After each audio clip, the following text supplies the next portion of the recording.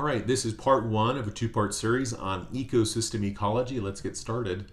So we just finished up a video called Some Animals Are More Equal Than Others, in which John Estes and Robert Payne and other ecologists studied the population numbers of kelp, sea urchins, and sea otters in a specific area in the Pacific Northwest.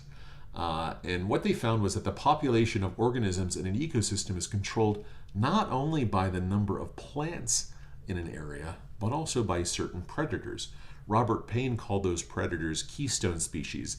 And if you removed a keystone species like the sea otter, what happens is that the other organisms in that line of food transfer, of energy transfer from kelp to sea urchins to otters, if you remove the otters, you start to increase the urchins because they're no longer being eaten by its predator, the sea otter. And as we increase the number of sea urchins in this area, the kelp forests, which is the food for the sea urchins, begin to disappear. And we no longer have the kelp forests in some of the areas where this is a problem, where the sea otters have gone away. So let's talk a little bit about what an ecosystem is then. An ecosystem is a particular location on Earth with very specific interacting biotic and abiotic components. Some biotic components of, let's say, a forest ecosystem include the trees, the flowering plants in the area, birds, mammals, insects, fungi, bacteria, to name a few. And all of these are collectively called biomass. Now, biomass is the total mass of all the living matter in an ecosystem.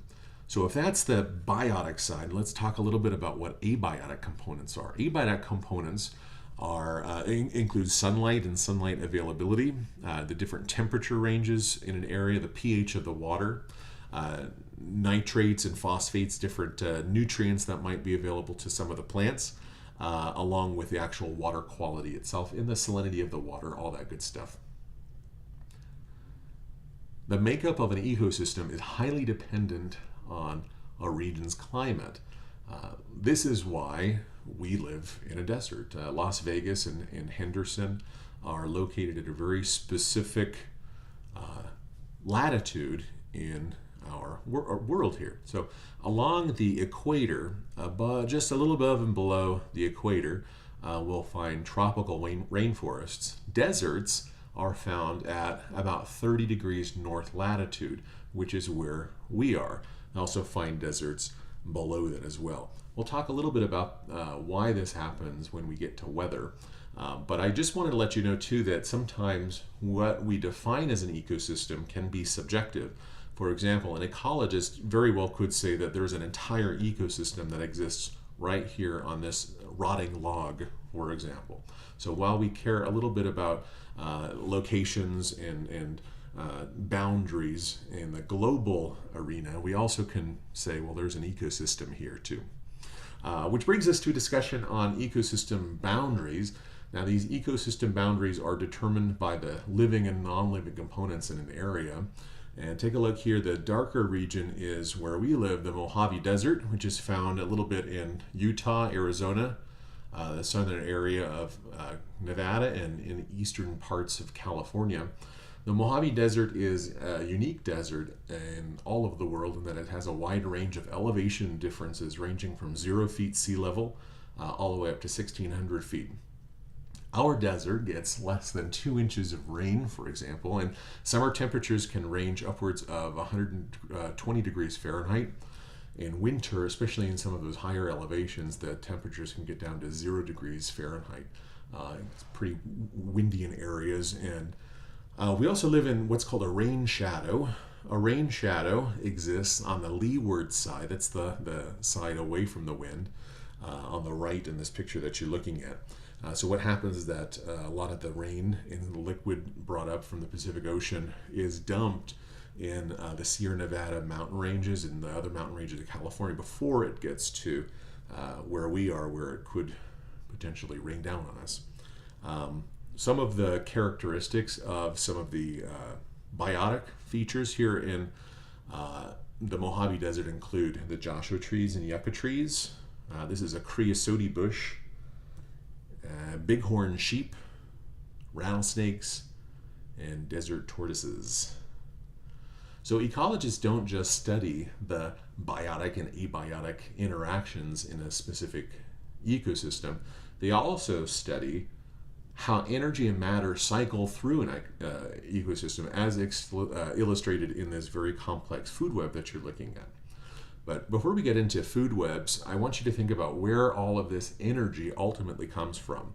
And it comes from the sun, and really through the process of photosynthesis that plants and algae and some bacteria will undergo. So take a look. Carbon dioxide along with water enter into a plant's leaf, and the chloroplasts, these specialized organelles within the leaf, are able to undergo a process in which the light energy from the sun is converted into sugars and oxygen gas as a waste product. Take a look at this equation for photosynthesis. Solar energy plus carbon dioxide and water will yield glucose and oxygen gas. The sugars produced in photosynthesis are used in another process called respiration. And take a look at the formula here. So note how the formula is the opposite of photosynthesis. Take a look. The glucose and oxygen are broken down into carbon dioxide and water, along with a usable energy that our cells are able to use. Now, it's important to note that the plants are not just making the food for us, right? They're making the food for themselves to grow and to reproduce.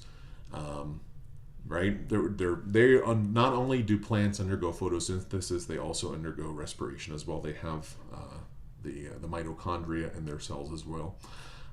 It's just that the plant makes so much food that every other organism on Earth is able to benefit from it.